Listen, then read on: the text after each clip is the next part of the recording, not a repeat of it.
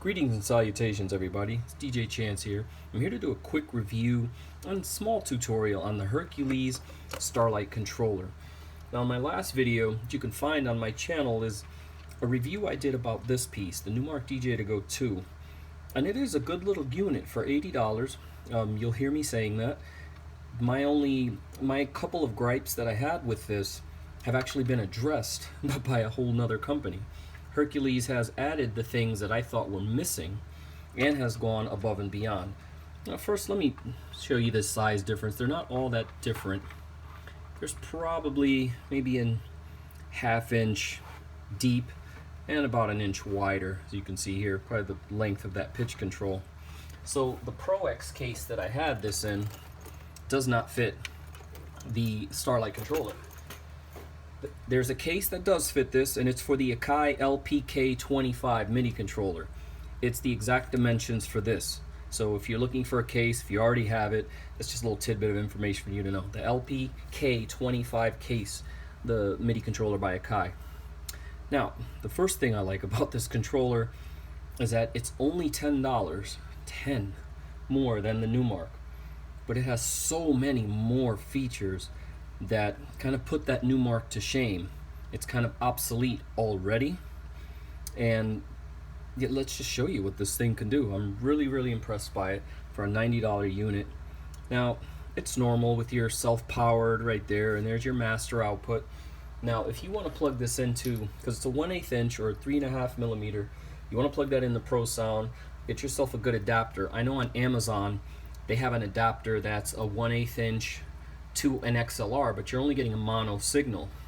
So if you want your stereo, I've got this cable that I got from Lux Pro, and it's a great interbraided cable, and there's your 1/8 inch 3.5 millimeter to XLR male, and it's about 5 or 6 feet long. So if you want to hook it up to a Pro Sound, or a speaker that has XLRs, or maybe you want to plug it into a mixing board, you have that capability. Now, the pitch control is ±8. No surprise there. I have messaged the company to see if there's going to be a software update maybe in the future, because in Serato DJ Pro in internal mode you have the ability to use ±16 and ±50% as well. This is only 8, and they didn't put numbers there, so maybe that's a sign of things to come, but they also didn't put numbers on their knobs here, so maybe it's just a design choice. So we'll see what happens there. I would like to have the capability to do that, to avoid having to use a sync button, because with 16 and 50% I can manually make my transitions. I can control both faders and do a good transition. Having to use the sync button, I'll use it. No one cares really out in the audience. No one is sitting there having a drink and celebrating their bridesmaids party or whatever. They're not sitting there saying, oh, did you see the button that the DJ pressed? It's a sync button, let's get out of here. Nobody cares. Only DJs care about that stuff. Now, so yeah, the sync button, take it with a grain of salt. You use it. It's a useful feature.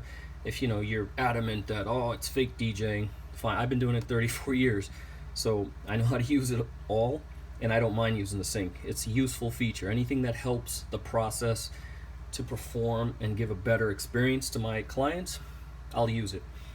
Now, in the Numark DJ2go, if you hit the sync button purposely or by accident, you had no way to shut it off except on the screen on your software. That's a problem, especially if you have a transition track already that's 128 or 130 down to 100. This is not going to catch the right sync. It's going to catch some weird sync to whatever this beat is, and then you got a whole mess. So this is easy. You don't have to reach over with your mouse and take your eyes off the crowd or whatever, especially if you have your laptop to the side. So you just shift, the shift button. This is what's missing from the DJ2go2, the all-important shift. And you can see under all of these things, there's different white lines under these buttons because they can each do multiple things. It's kind of like if you have a tiny home or an apartment in Manhattan, and you've got to find furniture that can do multiple duty things. You want a Murphy bed or something. You have to make the best use of the available real estate, like here, and they've done that. Now you hit your shift and sync. It's off. Wow, just like that, Numark. That's all they needed. So for $10 more, I would say get this piece just for that alone, so you don't have to worry about that. Now, the other great thing is that it's touch capacitive wheels, which means you can do little cuts.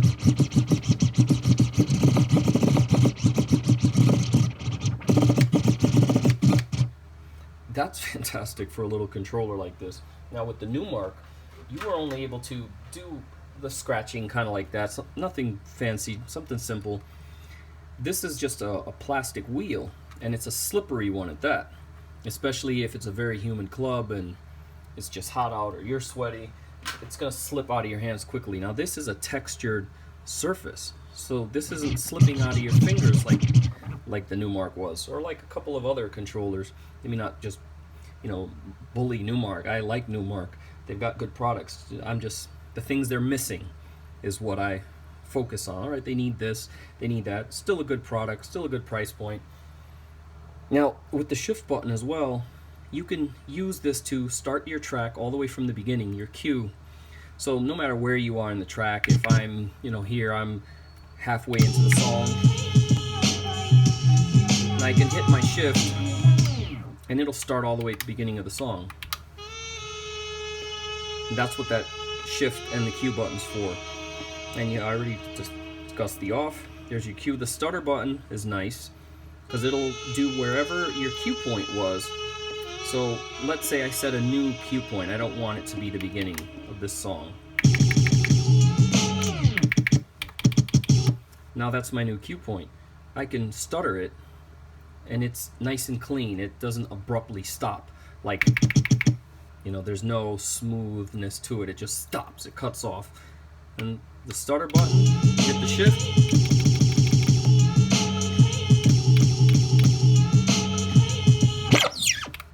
That's a nice little feature to have that stutter there. I like that a lot. Now, the cue pads, they're like any other performance pad. The thing they're missing is that they're kind of a hard consistency, a hard candy consistency. They're pretty stiff. They're not soft and squishy and velvety like DJs or the Primes. Now, the other thing with these buttons is that you have to kind of hit them in the inside. They don't really press. You really have to press hard to get them on the outer edges. But even when you press it, you feel them going inward. They're kind of doing this motion. So just be sure when you hit them, you gotta kind of hit them in the inner edges instead of the outer edges. Because as you see, I'm not really anything happening. But you do it that way and you've got something. So that's just something to think about. And your hot cues, they're like anything else, wherever I set it. You know, you want to do your drumming, or you just want to skip over parts of a song. That's what the hot cues are good for. Get right into where you want to be.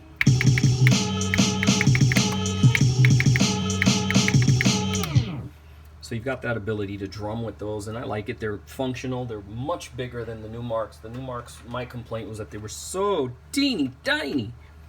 Look at this thing. Hold on. What is this? Look at this little, it's a little pissant of a cue point. Anyway, but this is much more functional. They've made a better use of the space.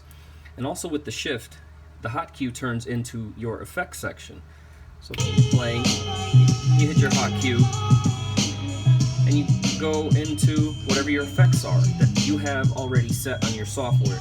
It's not pre-installed effects. When you hit this, it's not going to automatically go to an effect. It'll go to whatever effect you have it set at. This does not come with effects. I've had some people ask me that. There was some confusion there. It's not built-in effects. It's whatever effects are in your software. And I only use Serato DJ Pro. I don't know how Tractor or a Virtual DJ do theirs. So this will play whatever it is. So let's do the effects.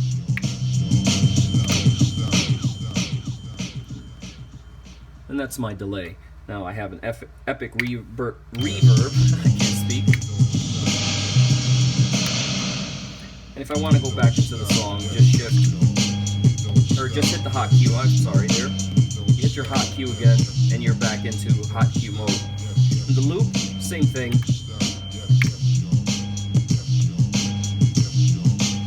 Now, with the loop, you only have the ability to do 1 beat, 2 beat, 4-beat and 8-beat, and you can't change that. Like with the DDJs or the Denon Primes, you can configure the pads on your decks to mimic the pads on the software. So if you're doing a roll, let's say, that's where it's really important with the rolls, like this, doing a loop. If you're doing the roll function, you can only do that. Like I can't go, right now I have it configured to 1/16 beat, a quarter beat, half beat, 1, 2, 4, and 8. But you can go up to 16 and 32 next, but you cannot do it here. You would have to manually go into your screen and hit your point if you want to do that. But you've got up to 4 beats, and for most part, it's good to make a little mix. See, there's a nice clean loop. That's an automatic loop. So it's not something where I adjusted the in and out. It actually does a good job of catching the loop. And this is without beat grid set. I don't have beat grid set on my Serato DJ. They're not always reliable, and it takes forever to try to set the beat grids. And who's got that kind of time? Now I can hit my effects.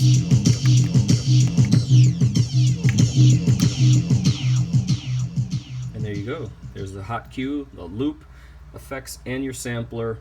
Now, with the effects, the other thing about, with the effects, when you let go of the button, your effect is done. It's not a lasting effect, as you'll see. Let's get back into this. Now, if I hit my effects, see? Nice there. But if I do it again and let it go, immediately it's an abrupt stop. It's just, hits the brakes. So that's just something to be aware of. So you want to be careful with that. Now, in sample mode, you do the same thing. You hit shift and loop, and it's flashing. You're now in sample mode. The only issue with the sampler portion of this is that you have no volume control. So however loud it is, as you see, I had to turn my volume up so you can even hear it. But if I hit my music, it's really loud. It's a big difference. You have no control over that. You have to do it in the software on your screen. There's a volume control for each individual sample and for the master out if you already have them at the volumes you like. So you have no control over that. That's just something to be aware of. You hit your sample, make sure you've adjusted it in your software. Now, this crossfader is much better. It's much better to use because it's got a straight knob. They've used a knob like you're used to now for many years. Mostly everything has a straight knob. Now, the Numark, for whatever reason, decided to put like an old 80s style fader button, which is what's been on the pitch controls forever. Maybe they didn't want to design a new button. They wanted to keep costs down, and they just said, well, let's put one of the pitch control buttons there. It was hard to hold, and again, like I said with the wheel, it's hard plastic. So if it's sweaty, or I don't know, your fingers are sticky, or who knows what you've done in that DJ booth that your fingers are sticky or slippery, you have better control because this slips off. I've had it where that happened a lot. This has more room. You can put your entire finger on that button and you can do your thing, your cuts, and you can fades in and out. Now, there's no control on the unit to control the curve of the crossfader. I already have it set to its shortest on Serato, and it's still not a sharp cut. You're going to see it's all the way over. It's going to come in on this side. It's going to come in maybe on the first line a little after. So you're not going to do sharp cuts. You're not doing your crabs, your autobahns. You're not doing orbits on this thing. You're going to do baby scratch, a Joe Cooley, a stab scratch maybe. Or hell, maybe you're better than I am and you can compete with this thing. Maybe you're at a DJ battle god like level and you can make use of this in a way that I can't even imagine. So it's playing now slowly. It came over, you can kind of see it there, about a little past that first line. So you've got a pretty big gap there. So like I said, you're not going to do anything really fancy, but it's useful. You can do quick little cuts, and you've got better, you can hold on to it better. It's just a better tactile feel, and that's excellent. Now, hold on, let's get this up there.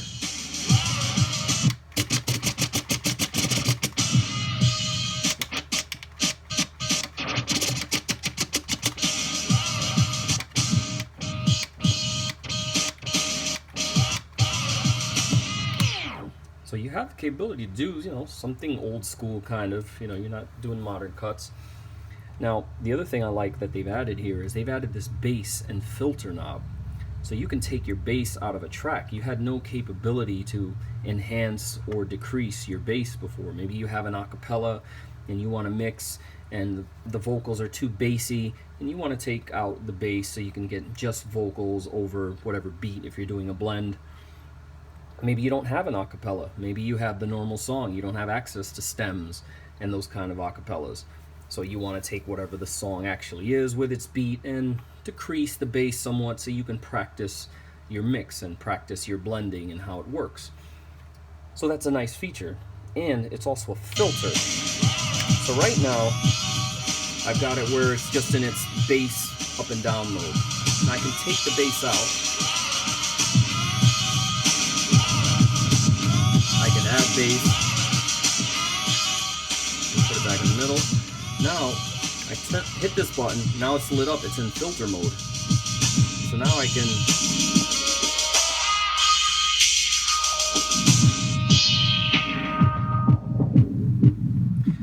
that's a great feature. I like that they thought of this for a $90 unit, and it's just something that I didn't think would be available on something of this price point. So that's impressive. Now, what you need to understand with this, wherever you had the last setting, let's say your bass, you had your bass off, like let's say the filter is there. When you go to adjust your bass knob, it's going to stay at wherever that point was. So my filter was stuck there. There's no change in the frequency that it is filtered on. It's just plus or minus the bass. Now, in order to get out of that, you have to go back to your filter and then quickly move the button, you know, to either side. Now it goes in the reverse order. I turn my bass all the way down, and I go to filter. There's absolutely no bass. See, in the neutral position. So if you want the bass to come back, you've got to go back to bass mode and move the button just slightly, and there, you got it back. So that's a nice feature that they have here. I like that a lot. I'm a big fan of that. You know, the fact that this has a vinyl mode as well, like the old CDJs, you know, maybe you're not a scratch DJ, you don't know how to scratch cue, you're just strictly, you know, play and mix. You're just a fader DJ, a pitch DJ, whatever you call it.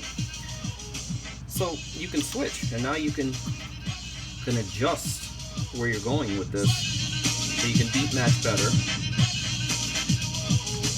And what's great is that because it's got this textured surface, you can spin that back, you know, forward or backwards from the very top of it and not the sides, because, you know, a lot of guys will do this, you know, the song's playing and you're kind of speeding up or slowing down, but you hit the top of the controller button and your song stops, or you do a quick scratch or something by accident. Or what's happened to me is spinning the thing around, you know, spinning that around, there it goes, I hit the pitch knob. That's a very tight tolerance, so your finger is going to hit that pitch knob. So be sure when you're doing it on that mode that you're doing it from the top. You can do it. It's something you can get used to again. Maybe you used to do it, and now since controllers did away with that, you got to learn it again. Whatever the case, it's great that they have that. And then you go back to vinyl mode, and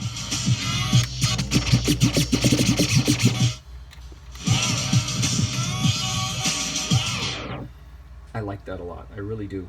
Now, my other thing that I have with the shift button, it controls your headphone levels, or your headphone capabilities. So you can go to your normal headphone mode, and let's put those here so you can take a listen. Let me turn the master down.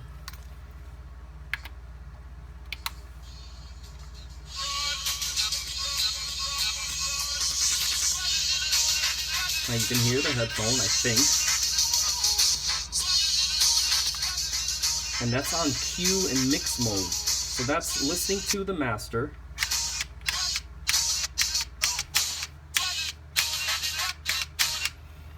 So what that is that you're able to hear the cue in your headphone. So whatever you're listening to, you'll hear them both on top of each other. And then you can just go back to regular cue mode, and you shift, and you've got no headphone. And you can just do normal headphone. You're not doing your cue and your mix. Now on this side, you've got the cue and master. So there we go to my normal. We're back at just the cue point. Turn it off, nothing. Now if I hit shift and go back there, and let's start this track.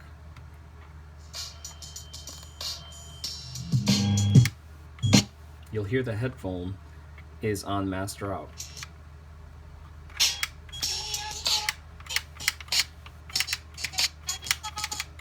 So you've got a post mix, which is awesome. The Numark did not have that. That was a complaint of mine that I didn't like. You're only able to listen to pre-mix if you hit both buttons at a time. And if you're somewhere where you're 100 feet away from your speakers, that can be an issue. So I like that you can do that. Or if you don't want to, you can go back to normal headphone mode. And you've got a monitor with you, and then that's it. So you can do your cue and your master. You'll hear your cue and what's going on with this deck. So if I have this playing out, let me get that up.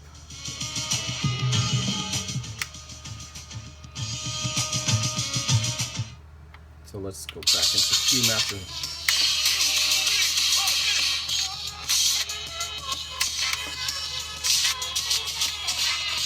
So you hear both. You're hearing your master output.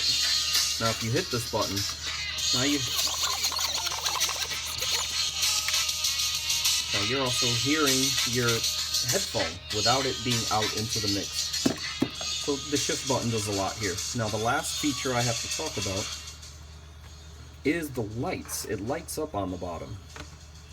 Now I know you're thinking, you know, big box store, Walmart DJ speaker, and it's got lights built in, and that just screams cheesy and unprofessional. And there is no use for this light. But I thought I found the use. You go into your software, there's different modes. You go into your settings in Serato DJ Pro, there's a lighting control panel. And I can switch. Right now it's in cue point countdown mode. So what that is, this light is going to light up the same color that corresponds with your cue point, but on your software. This one only has like the first DDJs, it just lights up blue. They don't light up in colors. So this shows you, here's my first cue point, I'm red. And it's going to slowly start fading into the color that number 2 is. And number 2 is that violet color. And then again, it'll slowly keep changing. It's going to a white color now, and it'll get to that white, that light aqua. And then it'll slowly start to change. See, it's getting darker, a little more green. And the next cue point is green. Now, that's pretty cool. But it's kind of useless. You're not really looking at that color, even in a dark club. I didn't really see it to be useful. It does different modes. We have, my favorite is this one. This is what I'll show you, is waveform color. That's useful because it's showing you which deck is on. So, you know, this one's not playing, it's in pause. This one's playing out, and that's the one that's playing. Even in your headphone mode, you know that that one's on. You know what you're listening to. So now you know, once you've dispatched the annoying, can you play my song? It's my girl's birthday and we're about to leave. Once you deal with that chick and you go back, maybe you're frustrated or you just want to get back into your mix, you won't accidentally grab the wrong deck because this is showing you, and it reflects pretty brightly off the table. So you can see, all right, this is the one playing. Let me not grab that one and stop the party. Now you know that's a good little feature. It's got other different modes, but to me they're cheesy. You can shut them off completely. You can just turn them on, and it'll do what it randomly does, built-in programs. And it will do beat fades with the colors. It will do beat flash, more of a strobing, and then it'll go with your master volume. You see it's flickering to the beat, and that actually goes with your master, the actual master knob. So as I turn the master up and down, the flickering and the lights correspond. And that's it. Oh wait, there's one more feature I almost forgot. This has a fader start as well, which I found out recently, right before I made this video. Completely accidentally. It's not like I'm a pro that knows this stuff offhand. This trial and error. Now, let's get this song going. You hold the shift button while you move that fader over. Hold on.